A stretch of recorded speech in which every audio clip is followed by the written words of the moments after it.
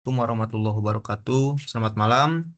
Di sini kami dari kelompok H akan mempresentasikan materi tentang kasus pengambilan keputusan manajemen dari mata kuliah manajemen teknik yang disusun oleh saya sendiri yaitu Muhammad Rizky Pauji dengan nomor induk mahasiswa 2023-11601.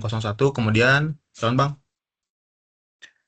Nama saya Francisco Nadim Beo dengan NIM 2023111610. Oke, langsung saja kita lanjut ke pembahasan. Pertama di sini mengenai definisi terlebih dahulu. Pengambilan keputusan manajemen adalah inti dari setiap organisasi. Manajer dari level terendah hingga tertinggi dihadapkan pada berbagai situasi yang menuntut mereka untuk memilih tindakan terbaik dari beberapa alternatif. Keputusan ini dapat mempengaruhi keberhasilan, efisiensi, dan bahkan kelangsungan hidup suatu perusahaan. Secara umum, kasus pengambilan keputusan manajemen melibatkan identifikasi masalah, pengumpulan informasi, pengembangan alternatif, evaluasi alternatif, pemilihan alternatif terbaik, implementasi keputusan, dan pemantauan hasilnya. Selanjutnya, contoh kasus pengambilan keputusan manajemen. Yang pertama, keputusan ekspansi pasar. Sebuah perusahaan manufaktur yang sukses di pasar lokal sedang mempertimbangkan untuk berekspansi ke pasar internasional. Masalah. Bagaimana cara terbaik untuk masuk pasar internasional dan meminimalkan risiko. B. Faktor-faktor yang perlu dipertimbangkan. Yang pertama ada regulasi dan hukum, di mana peraturan pemerintah, biaya masuk dan hukum ketenaga kerjaan di negara tujuan. Yang kedua ada potensi pasar, di mana ukuran pasar, tingkat persaingan, dan daya beli konsumen di negara target. Yang ketiga ada sumber daya, di mana ketersediaan modal, tenaga kerja terampil, dan kemampuan produksi untuk memenuhi permintaan baru. Yang keempat ada strategi pemasaran, di mana adaptasi produksi, harga promo, dan saluran distribusi untuk pasar baru. Selanjutnya yang kelima ada risiko, di mana uh, fluktuasi nilai tukar, ketidakstabilan politik, dan perbedaan budaya. Next, Bang. Selanjutnya ada alternatif yang mungkin. Yang pertama ada ekspor langsung, di mana mengirim produk langsung dari negara asal. Selanjutnya yang kedua ada lisensi atau warlaba, memberikan hak kepada perusahaan lokal untuk memproduksi atau menjual produk. Yang ketiga ada usaha patungan, di mana bermitra dengan perusahaan lokal. Selanjutnya yang keempat ada investasi langsung, di mana mendirikan operasi sendiri di negara target. Selanjutnya keputusan. Manajer perlu mengevaluasi setiap alternatif berdasarkan analisis biaya, manfaat, dan tingkat risiko yang bersedia diambil oleh perusahaan.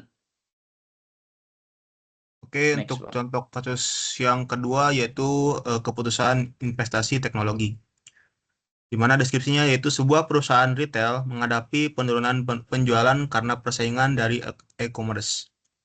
Mereka sedang mempertimbangkan untuk menginvestasikan dana besar dalam platform e-commerce dan sistem manajemen inventaris baru. Untuk poin A, masalahnya yaitu di sini, haruskah perusahaan berinvestasi besar-besaran dalam teknologi baru? Dan jika iya, teknologi apa yang paling sesuai?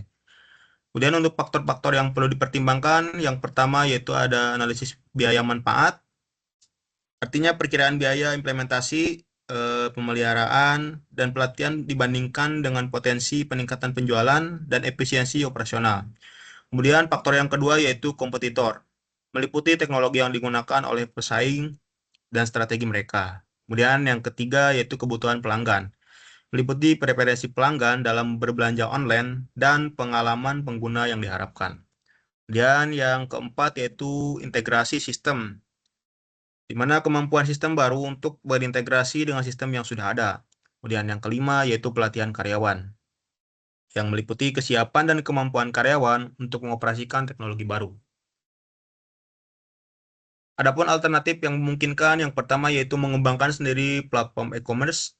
Kemudian yang kedua yaitu menggunakan platform e-commerce pihak ketiga, misalnya Shopify, Magento. Kemudian yang ketiga yaitu berinvestasi pada sistem manajemen inventaris baru. Kemudian yang keempat yaitu kombinasi beberapa solusi. Dan untuk keputusannya di sini manajer harus memilih solusi yang paling efektif untuk mencapai tujuan bisnis dengan mempertimbangkan anggaran dan batas waktu. Selanjutnya yang ketiga, keputusan manajemen sumber daya manusia, di mana seorang manajer divisi menghadapi tingkat turnover karyawan yang tinggi dalam timnya. Poin yang pertama masalah, yaitu bagaimana cara mengurai turnover karyawan dan meningkatkan retensi.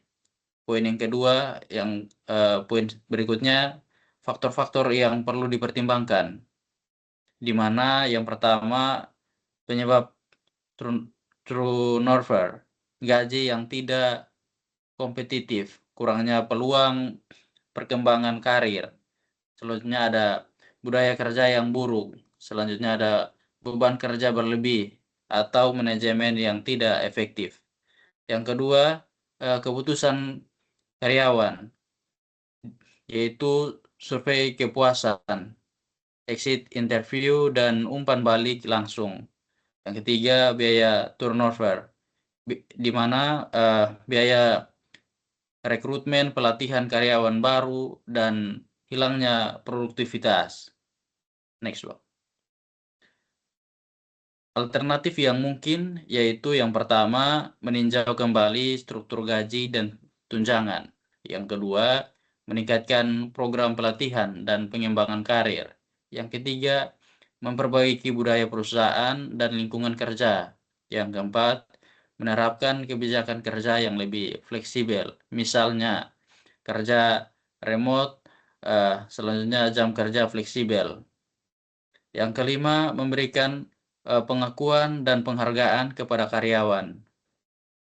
Keputusan, yaitu manajer perlu mengidentifikasi akar penyebab turnover dan memilih intervensi yang paling tepat untuk mengatasi masalah tersebut.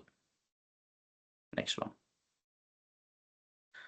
Selanjutnya, kerangka pengambilan keputusan. Yang pertama, analisis SWOT, yaitu mengidentifikasi kekuatan, kelemahan, peluang, dan ancaman. Yang kedua, analisis pohon keputusan, yaitu memvisualisasikan berbagai alternatif dan hasil yang mungkin.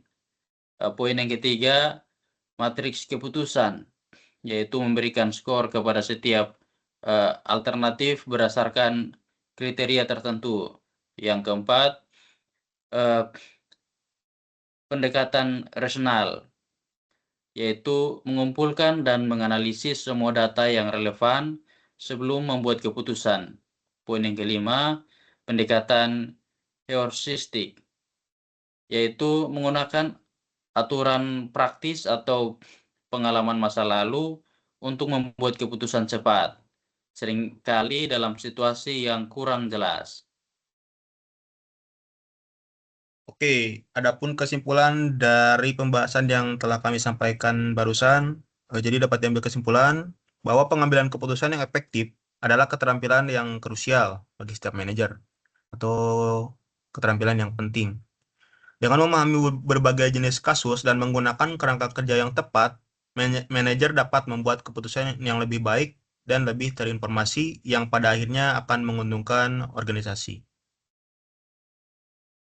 Ya, sekian presentasi dari kami mengenai materi tentang pengambilan keputusan manajemen dari mata kuliah manajemen teknik.